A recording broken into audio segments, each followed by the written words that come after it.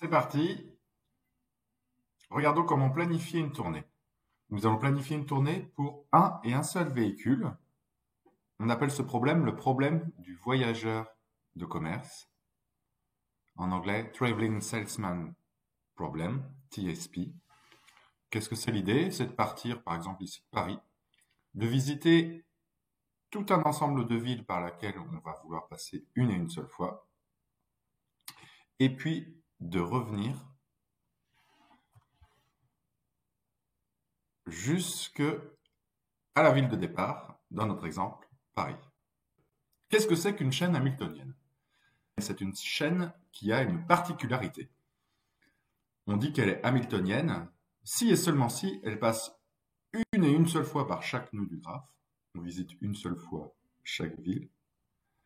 Et on ne passe pas nécessairement par toutes les arêtes.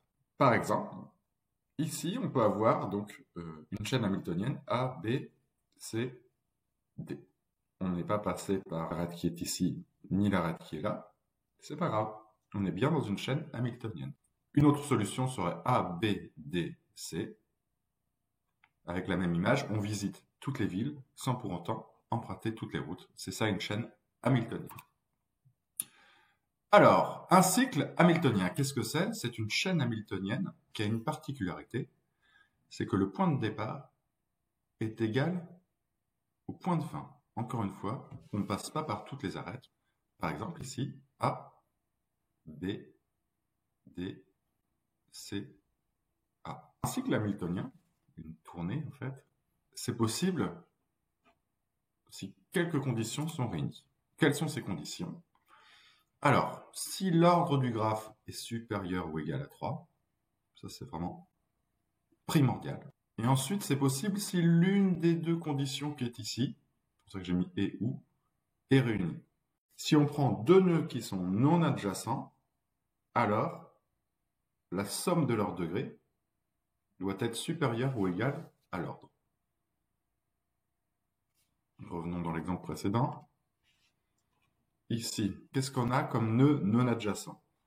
On a A et D. Ce sont les deux seuls nœuds non adjacents. Quels sont leurs degrés respectifs? 1, 2, 1, 2, 2 plus 2, 4. Quel est l'ordre du graphe? 4. Est-ce que 4 c'est supérieur ou égal à 4? Oui, cette condition-là est vérifiée. C'est bon, pas besoin d'aller plus loin. On peut quand même vérifier la deuxième condition. Si les deux sont remplis, tant mieux. Alors, on va regarder pour n'importe quel nœud i, le degré de i doit être supérieur ou égal à l'ordre du graphe divisé par 2, donc chez nous 4. Quels que soient les nœuds du graphe précédent, pour que ça marche, il faut que leur degré soit au moins égal à 2. 2, 3, 2, 3. C'est bon. Toutes les conditions sont vérifiées. On va pouvoir avoir un cycle hamiltonien.